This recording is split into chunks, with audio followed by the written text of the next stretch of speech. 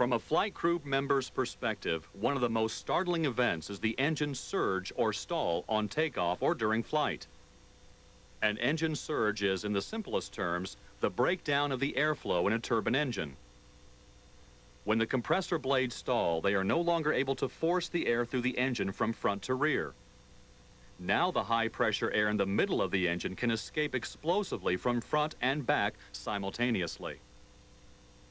Usually there are visible flames from both ends of the engine, accompanied with one or more very loud bangs. This violent airflow reversal will produce an instant loss of thrust and an immediate yaw that will literally spill most of the coffee from your cup. This yaw is accompanied by a vibration that cannot be duplicated in the simulator.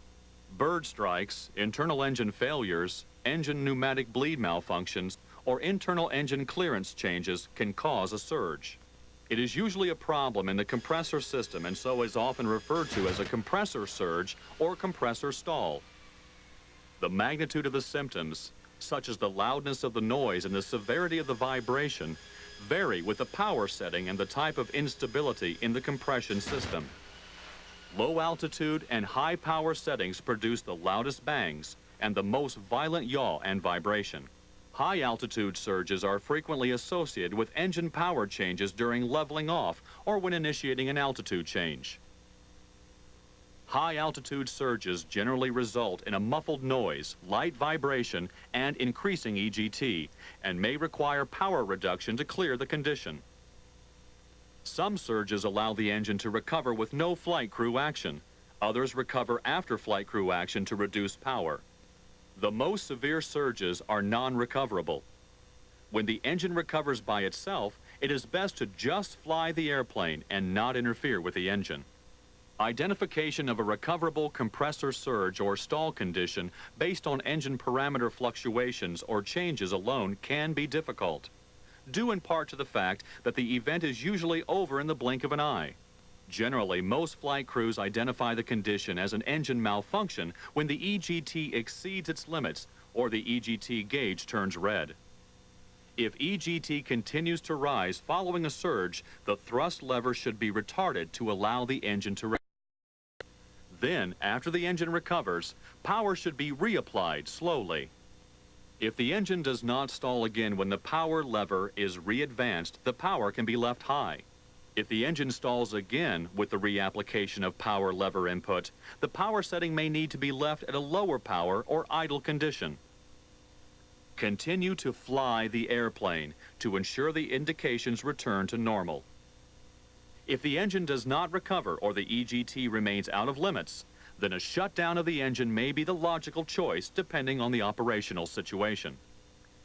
Your flight manual and checklists identify the specific procedures to follow. Remember that an engine at idle still provides power for airplane systems and creates less drag than if shut down. There have been numerous occasions where a high-power compressor surge has occurred during the takeoff roll or initial climb out, and the flight crew was notified by the tower that an engine was on fire. As a result, the flight crews accomplished the engine fire checklist and shut down the engine, even though there was no fire warning enunciated in the cockpit. The tower saw fire out the inlet and tailpipe, and their information regarding seeing flames outside the engine was correct. But an engine shutdown was not necessary since this was not actually an aircraft fire.